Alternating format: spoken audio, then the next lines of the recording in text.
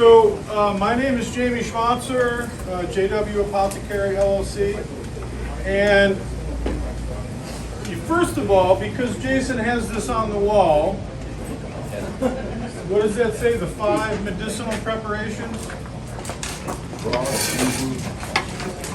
So can anybody tell me what each of those are, first of all? Oh, that's for you. Sorry, Ben. Thank you. So what's the first one on here? Raw. Can anybody give me an example of using an herb medicinally in the raw state? Plantain, chew it up and put it on something. Well, that would be a spit poultice? Yeah. So it's still raw, but we've got poultice on the list. So let's do a different one in the raw state. Jewelweed, okay. And how would you use that in the raw state? Smash it up, spread it on your arm. Yeah. When you're exposed to poison ivy. So jewelweed, actually, if are most of you familiar with jewelweed? It's the nodules on the stalk. Inside of those nodules is where the liquid is, and you just rub it on. And it's better used as a prophylactic than after getting poison ivy. If you know you're going to be around poison ivy, put it on first. It'll create a prophylactic barrier, which will be much better than getting poison ivy and trying to use jewelweed. Okay, so what's the next one? Oh, another one. Goji berries. You just eat them. Ladies, Goji berries can help with hot flashes. What's the next one? Sorry, there's a glare. So infusion. Somebody tell me what an infusion is. Anyone?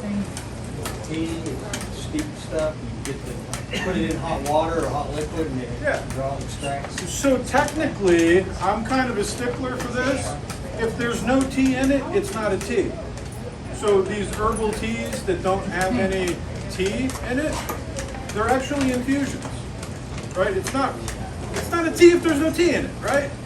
But commonly we call it an herbal tea. So I might say that even though part of me dies inside. So now the next one, I'm just going with Jason's list here. The next one is a decoction. Can somebody tell me, maybe on this side of the room, tell me what a decoction is? Boil it down, refill it with water, going down. Even if you boil it down, basically the idea is that you start with an infusion and then you reduce it, often by half. If you're going to make a syrup, you make an infusion, which is what you're steeping the herb. But usually with the tea, what do? You pour hot water over the tea, but it's not on the fire anymore, right? An infusion, you might let it simmer for 5 or 10 minutes, still on the heat. A decoction, often you're going to let it simmer till it reduces by half.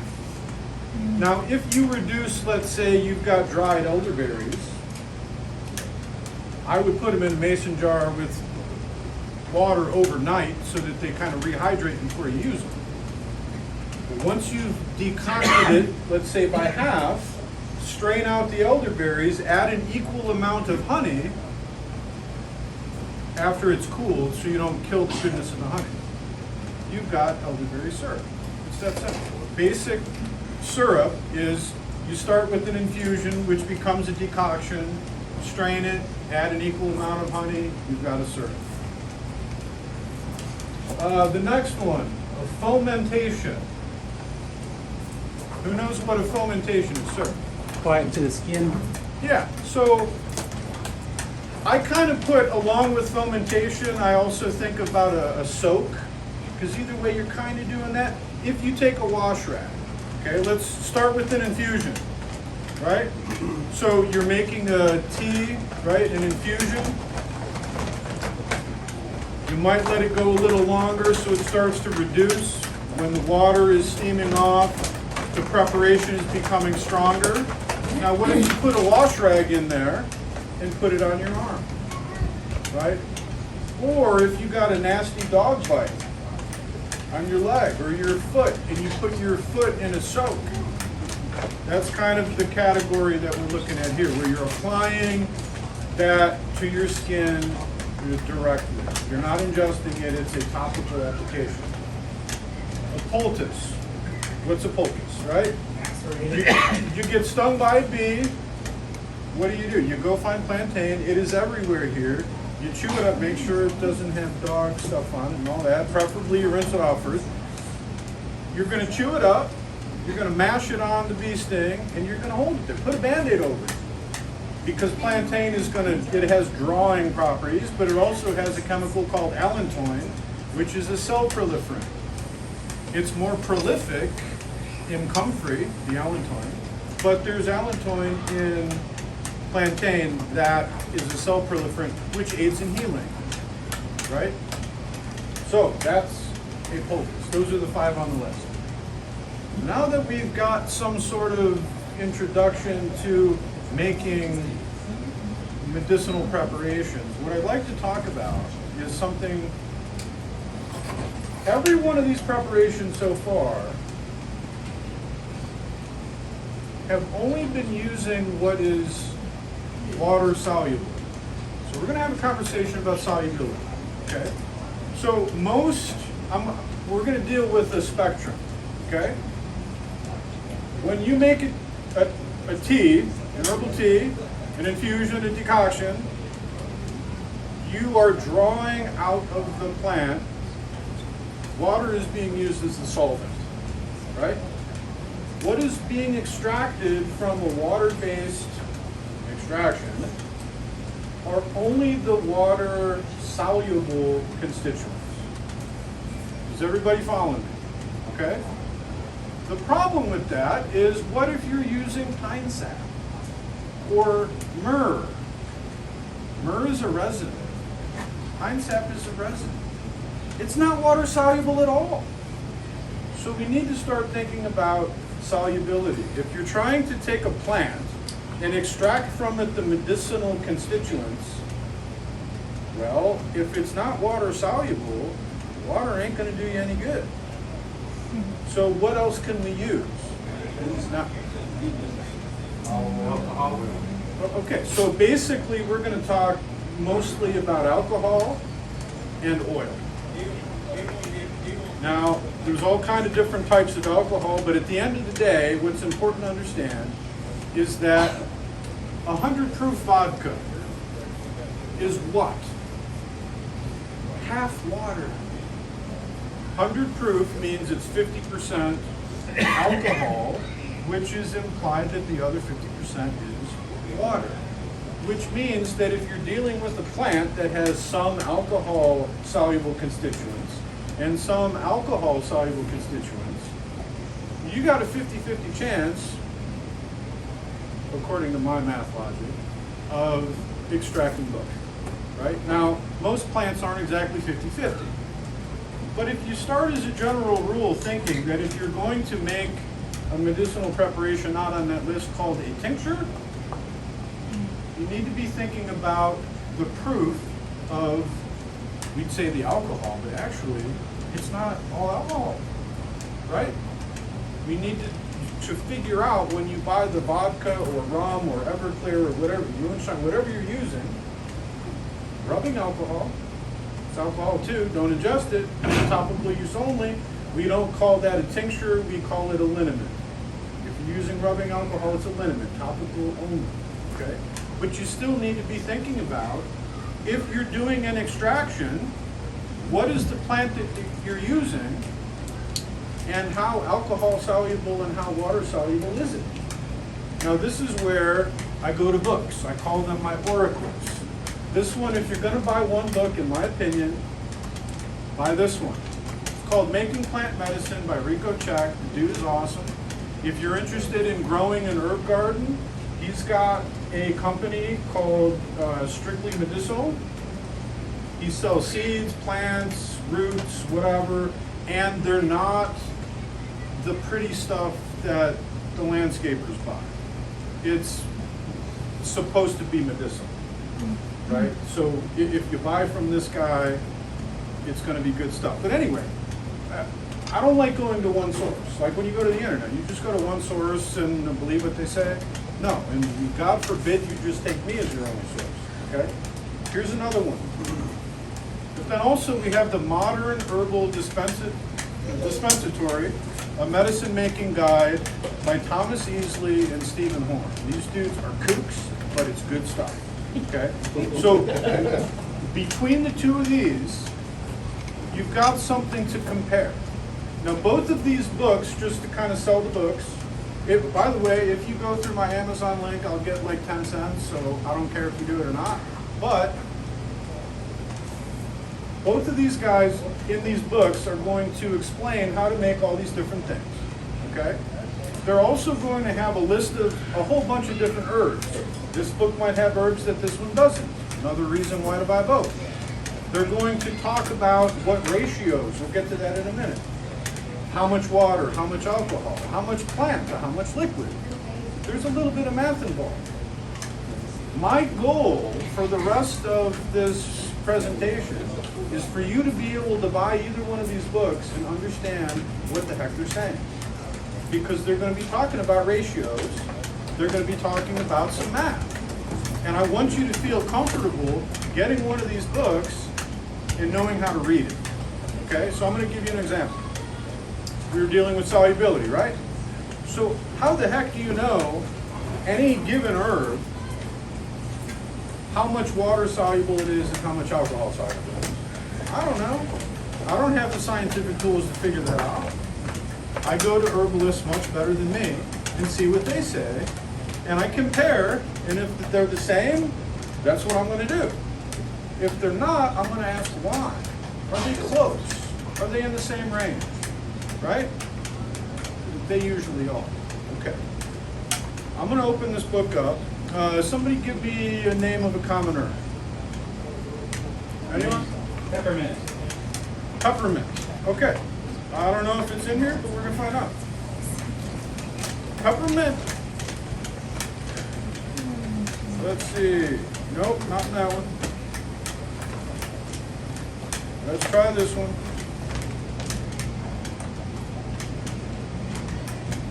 Peppermint. Okay, cool. Do we have one of those pens for this board? It's in that white container right behind you. Excellent, thank you very much. So what I'm going to do is I'm going to write out what this book says, and then I'm going to teach you what it means. Okay, because basically I'm going to teach you how to read a recipe. Okay? Peppermint. I'm going to read a little bit about it first, just so we're all on the same page about what peppermint does. I actually used some this morning. In my Woodsman Essential Oil Kit, I keep peppermint because after a long night of being around a fire, usually I've got all kind of smoke in my nose and throat, and so I have a little roller bar, a bottle, I put it under my nose, it helps me to breathe. Let's see what this says. Peppermint is a soothing aromatic with primary effects on the nervous system, stomach, and colon. It is an excellent ingredient in formulas for acute ailments. It settles the stomach, expels gas, and has a mild palliative effect on colds, fevers, and headaches. Then it has some warnings. Peppermint can increase heartburn and symptoms of gastroesophageal reflux disease on some people. Then it talks about the energetics, which can be kind of hokey sometimes, but sometimes there's a lot of truth in some hokey things. So I look at it, I evaluate it, I determine for myself if I want to, take it or leave it. What it says is, the energetics of peppermint is that it is cooling and drying. That rings true to me, so I'm going to go with it. The properties of peppermint: it's an antacid, anti-emetic, it's anti-nauseous, aromatic, carminative, diaphoretic, digestive. If you don't understand all those words, they explain them in here. I'm not going to, okay? And then in this book, it actually has sources for places where you can buy these herbs, which is kind of cool. So it says Bulk Herb Store, Frontier Herbs, Mountain Rose Herbs, one of my favorites, the San Francisco Herb Company, Star West Botanicals, Stony Mountain Botanicals. Then it gets into dosage. I'm trying to get you to understand how to read these books, okay? Then it's going to tell you how to make it. Now, let's go back to the ratios. how much plant to how much liquid. We're going to use the liquid to extract the plant, the constituents that we want, right? How do we know how much plant we use to how much menstruum? That's the fancy word for whatever the liquid is that we're using. It could be water, it could be alcohol, it could be both. How do we know how much? Well, if the herb is dry, it doesn't have any water in it. But if the herb is wet, it does. So that would change the ratio, wouldn't it? If you're using a wet, fresh plant, that would be a different ratio than a dry one that has no moisture in it. So both of these books have ratios for if you're using a fresh plant or a dried one. You understand why that makes sense? Okay. So, for peppermint, it says if we're doing a dried leaf, it's 1 to 5, 50 A. Did everybody see that? 1 to 5, 50 A. Okay? That tells me how to make a tincture of dried peppermint. It might not mean anything to you, but in a second it will. Okay? This one is the herb. The 5, that fancy word, menstruum.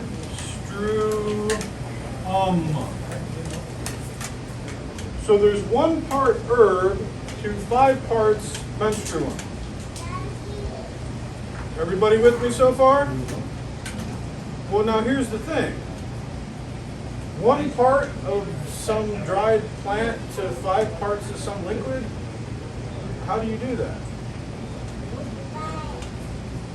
So let's say 1 ounce and 5 ounces. But this is by weight and this is by volume. Right? So they're not even the same thing, right? An ounce by weight is different than an ounce by volume. Right? So now we know that we need 1 ounce, or we could do multiples. You could adjust the ratio, right? So it could be 2 to 10, right? 1 ounce by weight to 5 ounces by volume. Now what we haven't gotten to yet is what is the menstruum? Because not only do we need to understand the ratio between the plant material and the liquid material, we need to know what the liquid material is. 50A, which implies 50W, right? That's 100 proof. So if you're going to make peppermint tincture, you use 1 part by weight to 5 parts by volume of 100 proof. I would use vodka because it doesn't have much flavor and it's cheap, right? That's how you read the recipe. 1 to 5, 50A. You don't have to put that part because it's implied. 50's alcohol. 50% alcohol, right? And so if you look in either of these books, you're going to understand how to read that part, okay? That's pretty simple. Now what if you look at another herb, it might look like something like this. Whatever. So let's say 1 to 5, and then it says 50A, 40W, and 10G. The G stands for vegetable glycerin. What if it said 10 ACV, apple cider vinegar? There are certain cases with herbs that adding either glycerin or apple cider vinegar, somehow, I can't explain it to you, but that's what they say, so that's what I do. And I'm trying to get you to the point where you can read the book and understand how to read the recipe, right? So there's alcohol, water, glycerin, apple cider vinegar. And so now, with what I just told you, you can look up any tincture recipe in either one of these books for fresh or dried, and you know how to do it. That's kind of cool, isn't it? Has anybody made a tincture before? Yeah? And did you do it this way, or did you use the folk method? Yes. Okay, so for people that don't want to mess around with this, I'll tell you an easier way. Now this is more scientific because if you're going to be making this all the time, you want consistent dosages. And so being able to replicate a recipe, right? You've made food before, right? And one time it came out perfect and you didn't write it down and you know it right, and then you tried to do it again and it wasn't the same. Right? Yeah. This happens. Right? There's other times where you do it exactly the same and it's still not exactly the same. Right? But we're going to do the best that we can to make the medicine as consistent as we can, primarily for dosing. Okay? But if you don't really care about that,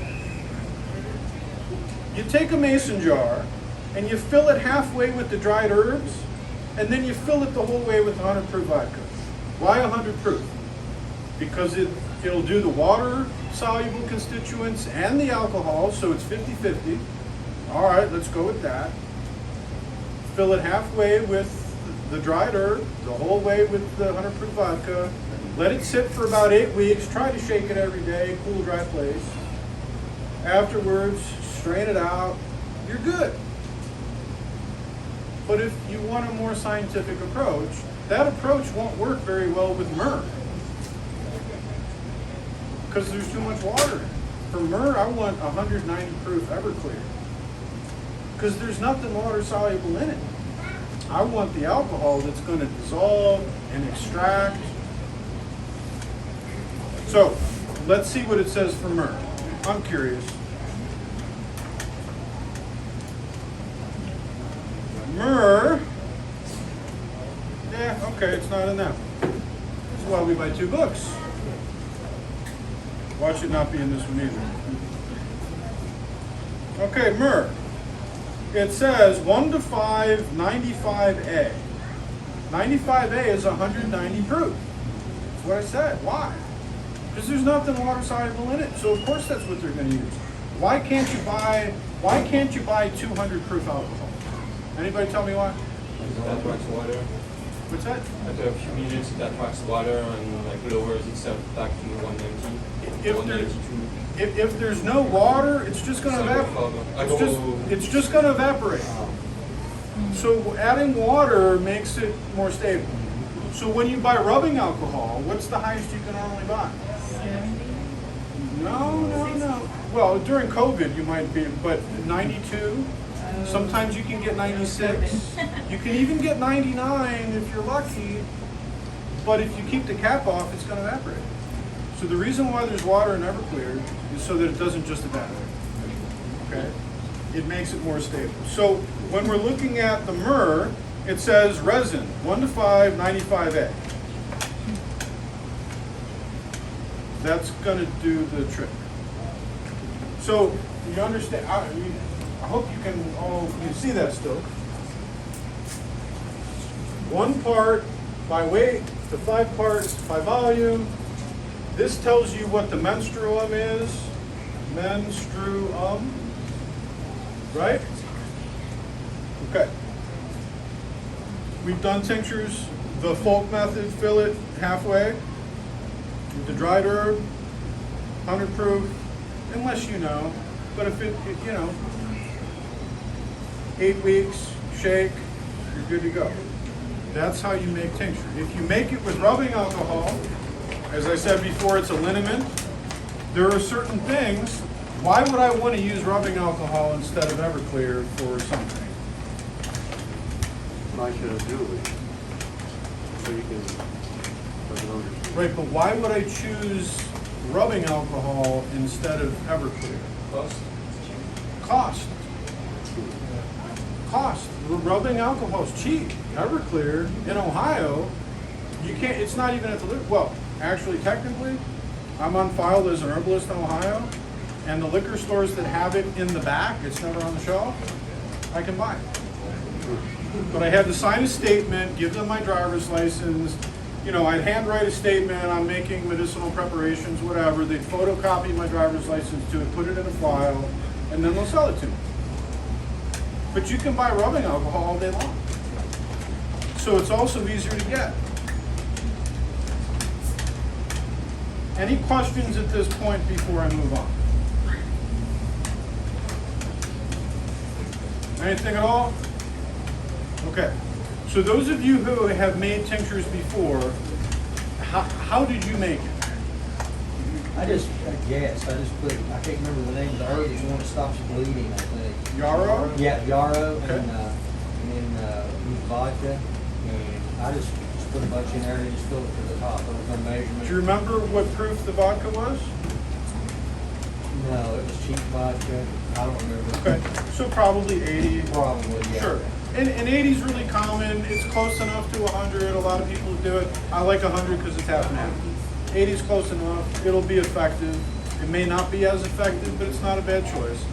Over, Scotty. I did golden field, and I dried it out and took a coffee grinder, like powder, used 100 Excellent. About 3/4 of the way full and top it on. So, thank you, Scotty, because you just brought up a point. Sometimes, for example, when I make osha root tincture, which is awesome stuff, I love it. Osha root, well, roots are hard. It helps to put them in, you get yourself a dedicated coffee grinder that you only use for grinding herbs. Right? And grind it up because you're increasing the surface area, which makes it easier to extract. But also sometimes when you powder something, it decreases the volume. Right? So if I try to cover osha root with 5 ounces of vodka, if it's not powdered, it's not going to cover it. And so sometimes, depending on the herb, you need to grind it because it's too hard, and you need to increase the surface area in order to make effective medicine. Sometimes you need to grind it to reduce the volume so that you can actually cover it with the right amount of liquid to make a strong medicine. Make sense? Yes, sir. Yeah, woody versus herbaceous. Yeah. What difference would it make? I mean, if you're gonna use a woody one, you want to increase the surface area and then use 100 proof, or does that really matter? Once you So the grind it- menstruum still depends upon the powers that be, the oracle that says how much water and alcohol soluble constituents are in that particular plant, regardless of whether it's woody or herbaceous. Right? So that I'm going to look to the book to decide what proof I want to use. But as far as putting it in the blender, it's simply that something soft is more, it's going to be easier for the liquid to extract from the cells of a soft plant than a hard one. And so if you powder it, you're basically increasing the surface area. But by the way, if you powder an herb, what's going to happen is it's all going to settle at the bottom most of the time. And so you have to be more diligent shaking it up, because you powdered it and it's going to stick together, right? And so you need to be more diligent trying to shake it every day, if not more often. Any other questions about that? I've got one. Yes, sir. I've seen some videos of double extractions. Yeah. They basically make the infusion first, Yep. and then they put it in the alcohol. That's right. Is that more effective than? So, okay, so now we're getting into much more advanced sort of stuff. Now, interesting, us as, bushcrafters or whatever, right? Most of us are familiar with chaga, right? Chaga is one of those special cases where many herbalists are going to do a dual extraction like what you're saying. Just so everybody understands, what they're talking about is first you make an infusion or a decoction, a water extraction, a water-only extraction, okay? Then you're going to take the same plant matter and do it in an alcohol extraction, and you're gonna combine the two. Now, that's not a normal thing to do with most herbs. With chaga, usnea, old man's beard, that's another one where some herbalists are going to do a double extraction, one with water and one with alcohol. Often what they do is they actually won't do a decoction or an infusion with water that's so hot that it's simmering. Often they'll use a crock pot and they'll do a much longer time period extraction with the water at a lower heat over more time, because that's part of the thing with an extraction. Usually using heat or time, right? So let's move over for just a second into infusing oils. Okay, basic two methods. You fill the mason jar halfway with the dried plant. You fill it the rest of the way with your oil of choice. My favorite's coconut. Olive oil is good too. Those are the two I use the most. Sometimes I blend the two. But you fill the mason jar halfway with the dried herb. You fill it the rest of the way with the oil. You put it on the windowsill, which now you're letting light through, which can affect the quality of the medicine, which is why I don't normally do it. But that's one way to do it. Slow and low, right? Put it on the windowsill, let the sun do it over a couple weeks. Well, I don't want to wait a couple weeks for my salve to be made. I'm going to do it in a double boiler on the stove, and I'm going to be done within 24 hours. Usually much less. Okay, so let's get into that. How do you make a salve? And I know people here have done it, right? How many people here have made a salve? Right, lots. The basic thing about making a salve is that first you are extracting the plant constituents from the plant that are soluble in oil. Now, we're not dealing with water. Water and oil don't want to go together. We're not dealing with alcohol, we're dealing with oil. What is extracted by the oil, okay? Then, we've got an infused oil. Then you blend it with wax at the right ratio, depending on how hard or soft you want it, which might be determined by how hot it is outside. Right? If it's hotter outside, you want more wax. If it's wintertime in Ohio, you don't need as much.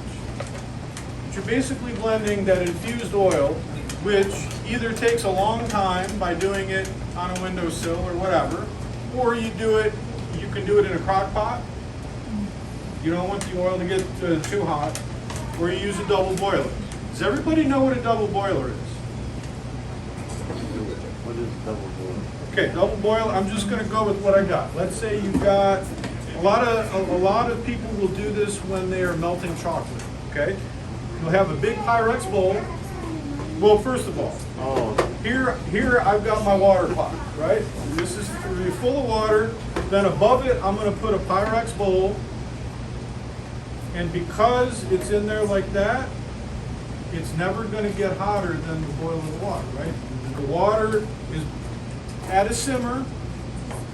It can never burn. I can never burn it, right? Because there's a double boil. Okay. So what I would do is I would put the dried herb in the Pyrex bowl. I would cover it with oil.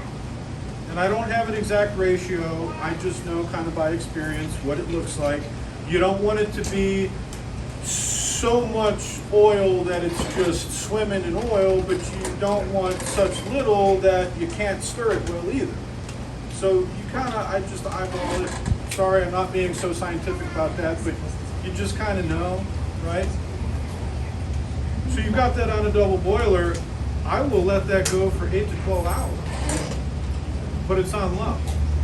Sometimes, once that thing's been going and it's been simmering for a while, I'll shut the stove off because that water's still hot. And the Pyrex bowl is locking all that steam in. At least most of it. Some might get hot. It's going to stay hot for a long time. And so in a couple more hours, I might turn it back up again or whatever. At night, if I'm going to go to sleep, I might turn it off. But the point is that heat is going to help the oil pull the oil-soluble constituents out of the plant. Now, is everybody with me on that? You strain off the plant material, you've got the infused oil. Now you can add other things. You can add specialty oils, like tamanu oil or neem oil. Oils that are medicinal on their own. Coconut oil is medicinal on its own. Olive oil is medicinal on its own. But there's some that are more rare.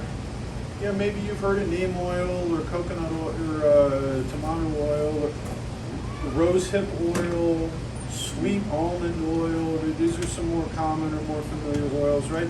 Sometimes you want to add some oils to the infused oil that are also healing oils, right? Now, I bring this up because where do oils come from? Okay, so there's dinosaurs, there's tallow, but plants, right? And so to me, when we're having a conversation about herbs, oils are herbal preparations by themselves. And some oils are very much medicinal. And so I want you to think about some of these specialty oils. And in fact, if you go on my website, there's actually a mentor of mine, Susan Parker. She wrote a book called The Power of Seed, or The Power of the Seed, one of the two. And it's all about oils, right? Not the kind that you infuse. Let me stop for a second. Because I don't want you to think that I'm talking about essential oils. Okay? Essential oils are also called volatile oils. Why are they volatile? Because they're going to evaporate off. They're okay? If you've ever infused pine, you might, in oil, you might know that there's a thin layer on the top. That's where the turpentine goes up to. That's volatile, okay?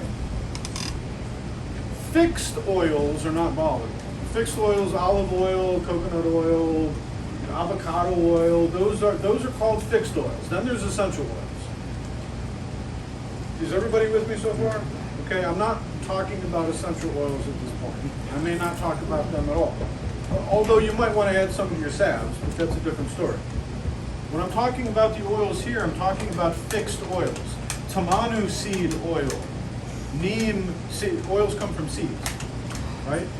And so if you understand that some of these oils are medicinal, once you make that infused oil over the double boiler, you might want to add some specialty, what I call specialty oils to it. You might also want to add some butters to it. Cocoa butter, shea butter, right? There are these butters that melt down in the double boiler, and what do? A lot of these butters have medicinal qualities too. Or if not medicinal, strictly speaking, they may be emollients, they might be moisturizers, they might, right, is that medicine or, I wouldn't call that medicine, but it's helpful, it's beneficial, right?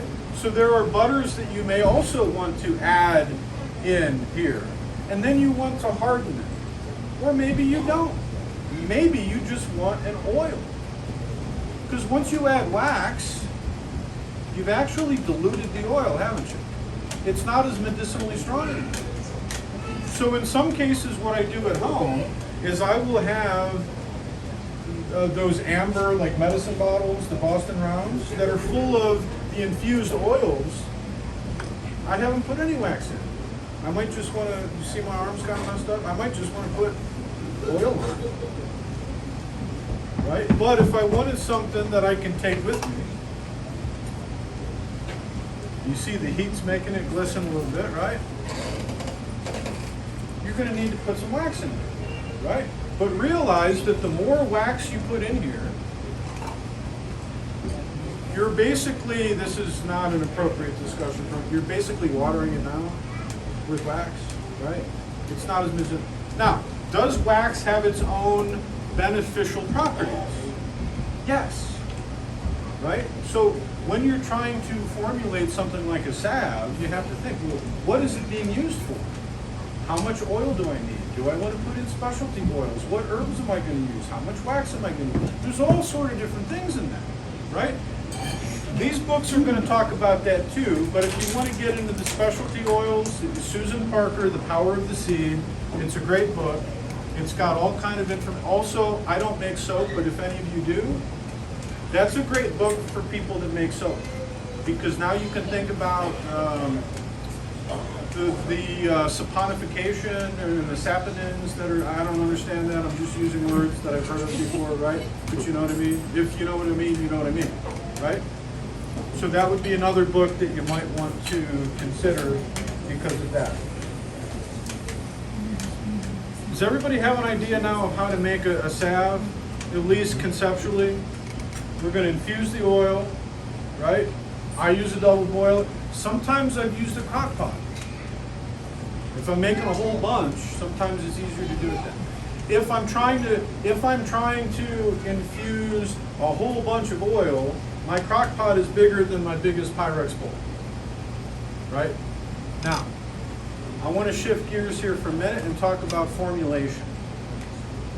Okay, just a very, very basics.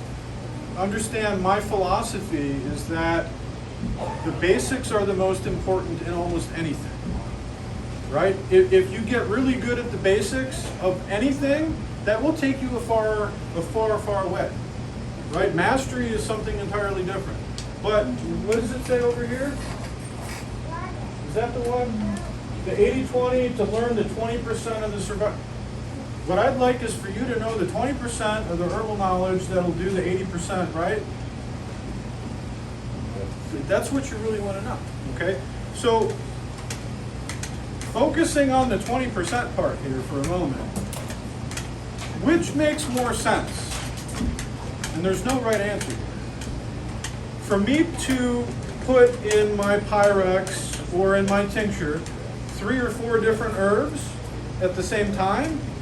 Or does it make more sense to do them as singles? Do I make them as a compound or do I make them as singles? Let's say in this salve, let's see what's in it. There is plantain, calendula, comfrey, and lavender in this salve. Those 4 herbs. Does it make more sense for me to put all 4 of those herbs into the Pyrex or into the crock pot, or to do each one of them individually? Let's discuss. I feel like it would take more time to do it individually, but I'm thinking that might be a better way, because you know exactly how much you're getting of each, instead of maybe guessing and throwing it in a pot and mixing it all up. Okay. Anybody else want to give some thoughts on that? I would think if you did one at a time, then you could customize your blend based on what effect you're going for. You know, if you wanted a drawing salve, you would use more plantain and maybe lesser of other ingredients. So when I made these, I was making a huge batch. I sold dozens of these last month. I put all the herbs in the same crock pot and did it all at the same time. But I was making one product. It made sense to, because it would take more time.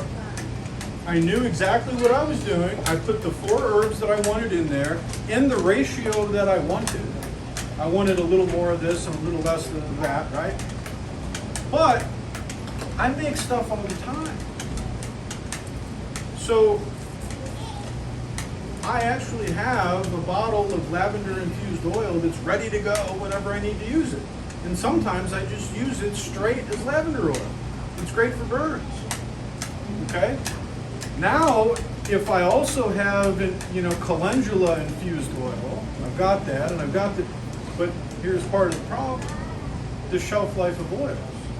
Oils go rancid. So now we got to talk about rancidity, right? Some oils go rancid more quickly than other oils. So now we're again back to the choice of oils really makes a difference on a lot of different levels. One of the reasons why I like using coconut oil is because it has a long shelf life. It's longer than olive oil.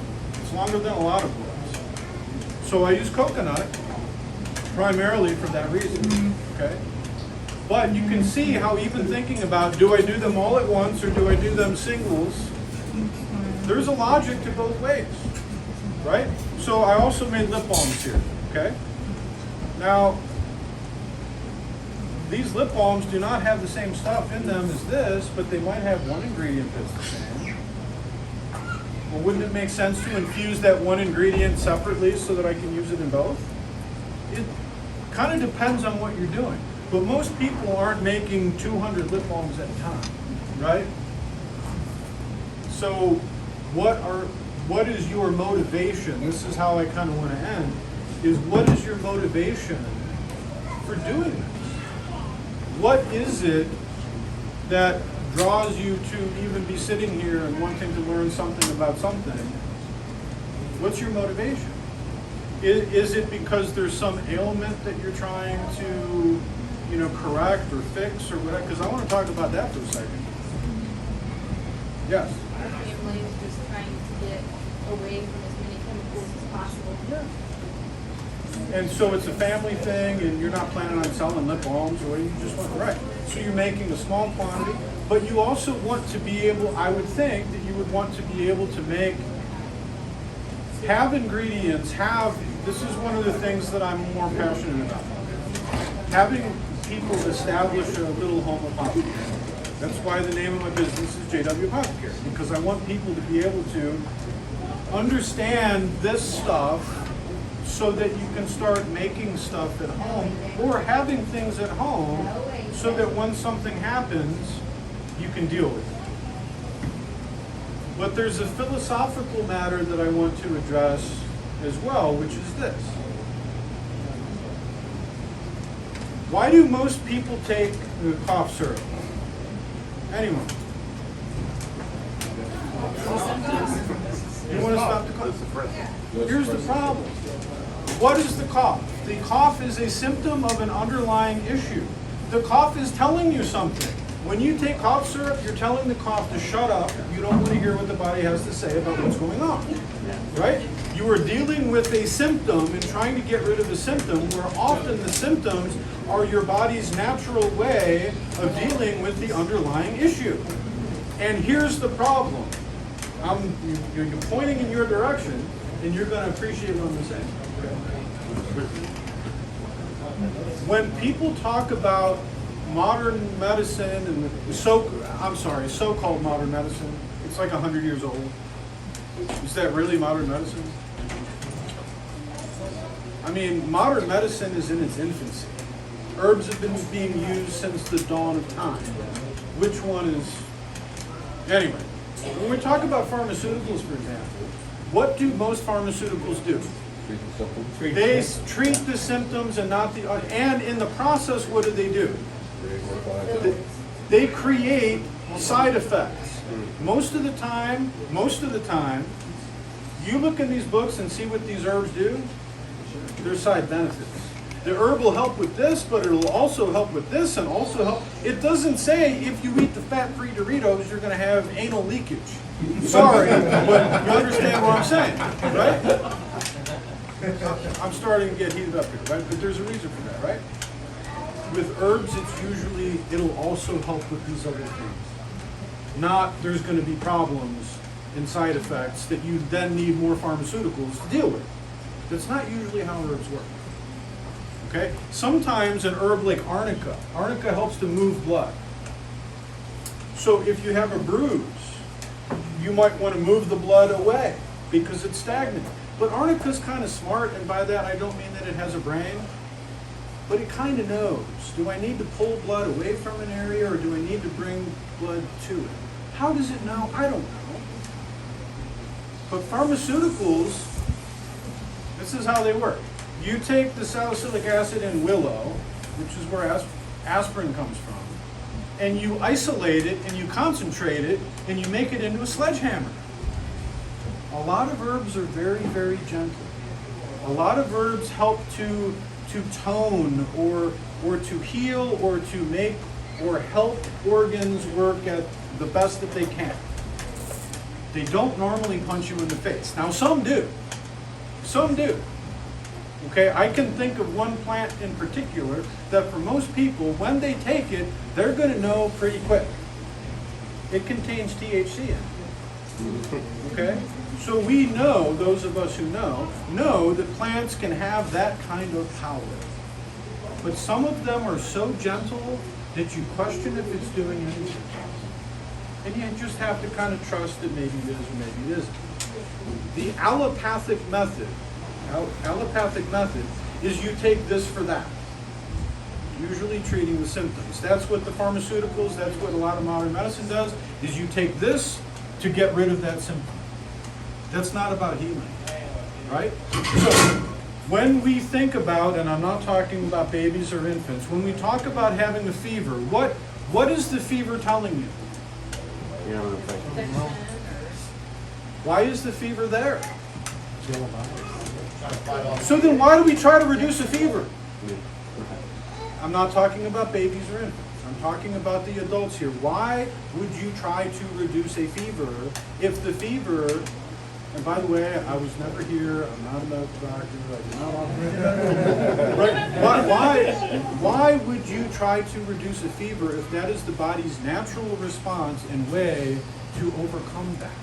What you really want, don't quote me on that, what you really want is something that is going to increase the fever so that it breaks sooner.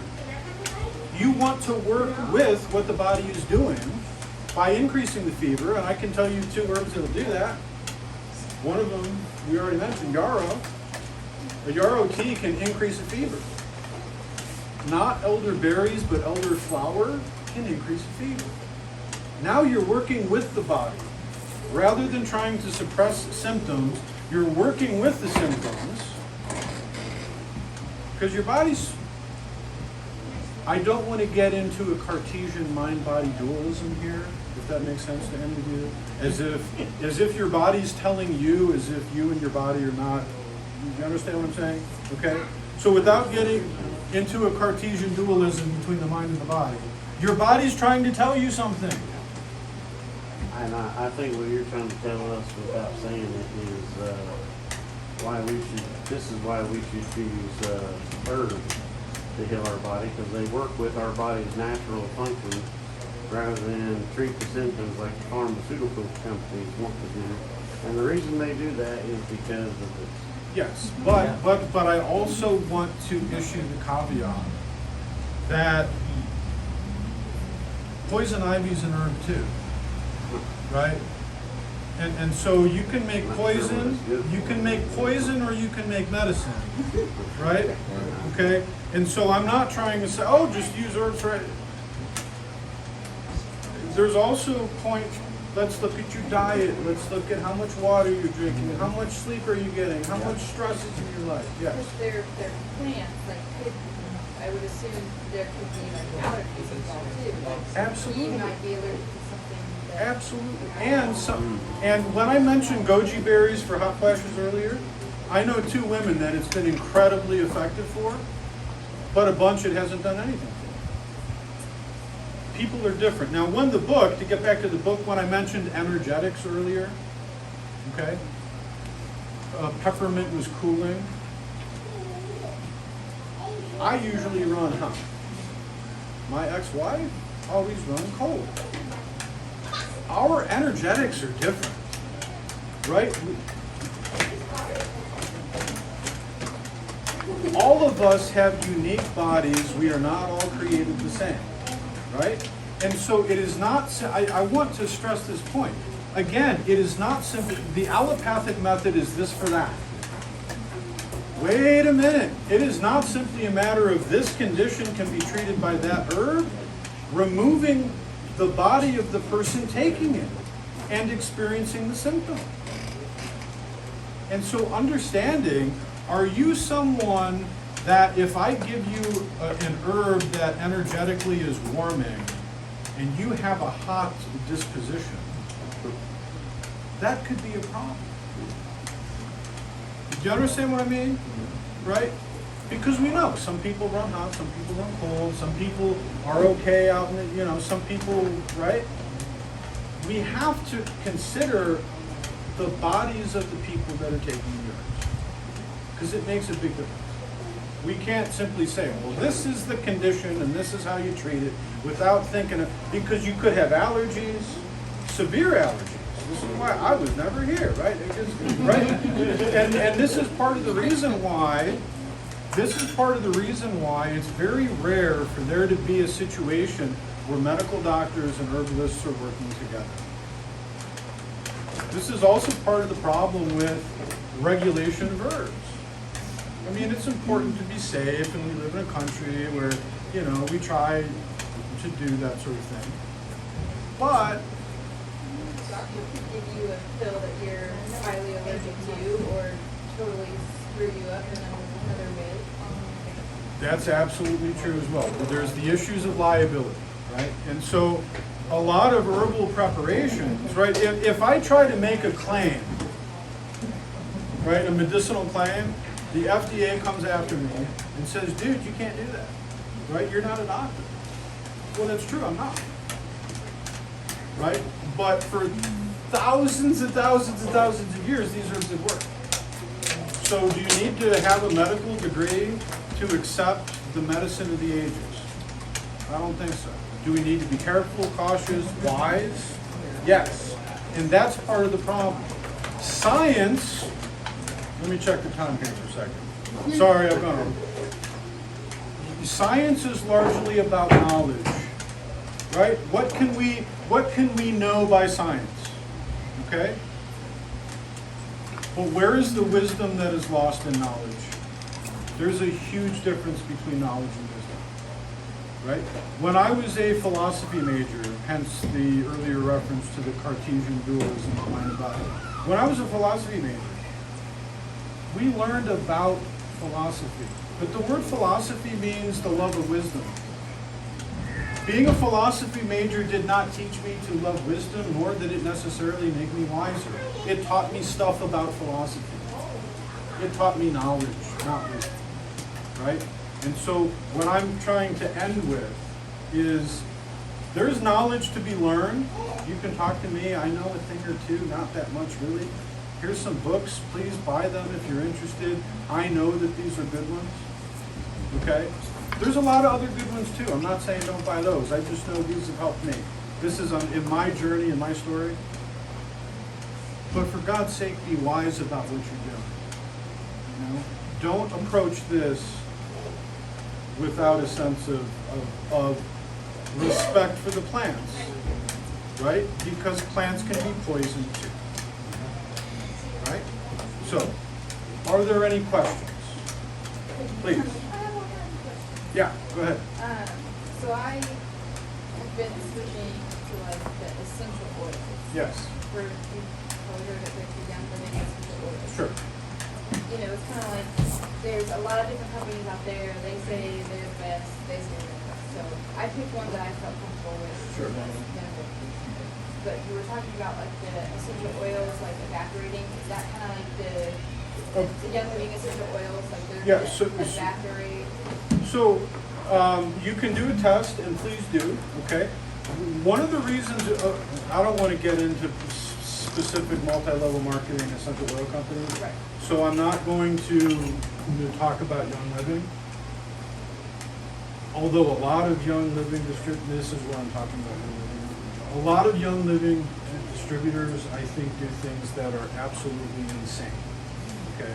They advocate for the ingestion of essential oils, which I think can be incredibly dangerous. Right. I do not think that they are qualified. This is a case where I want them to be regulated because they're making medical claims that to me are completely bogus. Now, is there a lot of good stuff? Yes, okay, but there's this thing I wanted to mention. So, what I would like you to do is go home, grab a square of your toilet paper, and put 1 drop of the essential oil on there, and then put 1 drop of the essential oil that has been properly diluted to about 5%. Okay? You all understand that generally speaking, essential oils are supposed to be diluted in a fixed oil? Yes? No? You don't just get a bottle of essential oil and use it what's called neat, without being diluted. Okay?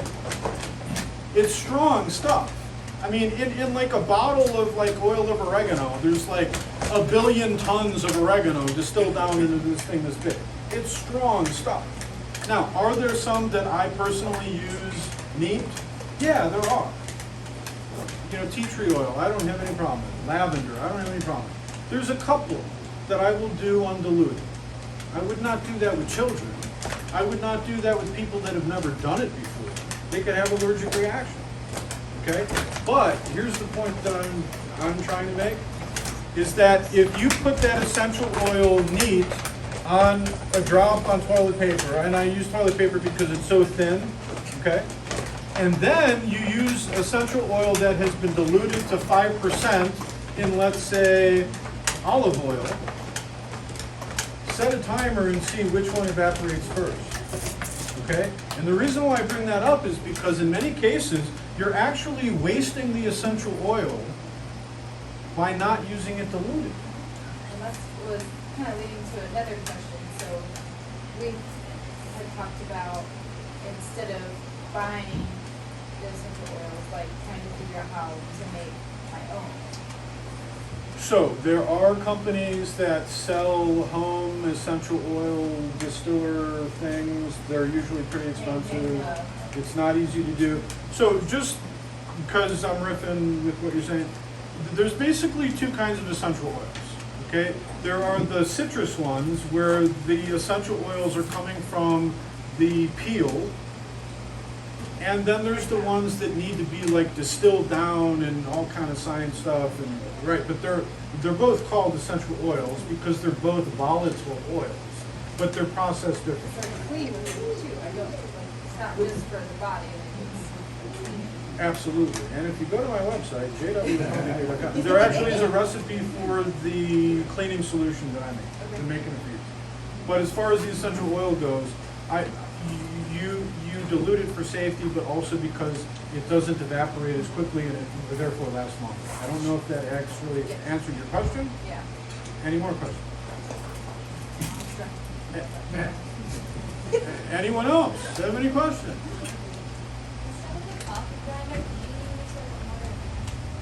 Yeah, absolutely. So she asked, instead of a coffee grinder, could you use a mortar and pestle? Absolutely. Now, in some cases, it's a lot easier to use a dedicated coffee grinder, but knock yourself out. No, it's a great question. You absolutely can. Anything else, or? On the subject of things going rancid, I've learned that vitamin C can stop that. So a lot of times people add vitamin E. Vitamin E oil, you'll add, there's a few other things, but often recipes call for vitamin E oil as a preservative. And with that, Jason, there's another class? Yeah, go ahead. Yes. He's got a question. Right? Yes, sir. Oh, I was gonna ask you, as far as like the essential oils and stuff goes, what about, what's your take on using a diffuser? Yeah, diffusers are great. I mean, but again, it depends on all those, you know, it depends on the person, it depends on the company you're buying it from, it depends. Do everything with the safety, but generally, I'm not opposed to you. I use them. Yeah, I was just wondering what, I mean, you know, what you yeah. thought about, like, if you could. Now, if you don't dilute it enough, or what, there could be issues. If you're having it go where it's landing like on your eyeballs and stuff, I mean, there could be problems, but I do it.